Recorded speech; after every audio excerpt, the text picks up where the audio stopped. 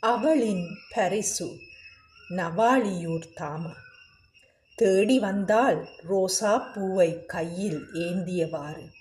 உன் வாழ்வின் மாற்றத்தின் அடையாளமென நீட்டினாள் கருப்பு ரோசா பூவை என்னிடம். கதிகலங்கி நின்ற எனக்கு துணையானாள்.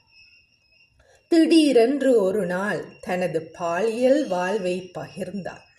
பேசத் தயங்கும் விடயங்களை வெளிப்படையாக பகிர்ந்தார். பாலியல் உறவில் ஈடுபடும் நாட்டத்தை கூறிய போது நானும் பாலியல் இன்பம் காண வேண்டுமென ஏங்கினேன்.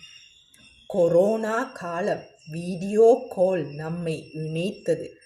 தனது பாலியல் விளையாட்டு பெட்டியை திறந்து காட்டினாள்.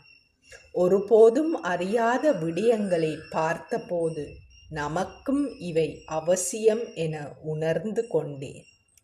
வழி அனுப்ப வந்தவள் எனக்கு பரிசு வாங்க அழைத்துச் சென்றாள்.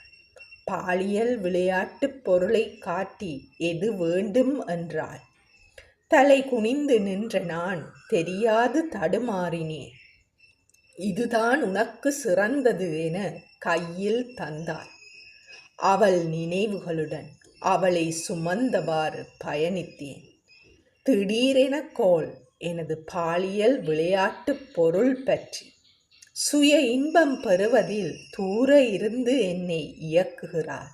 எனது சுய இன்பத்தை ரசித்து ருசிக்கிறாள் என் ராட்சசி.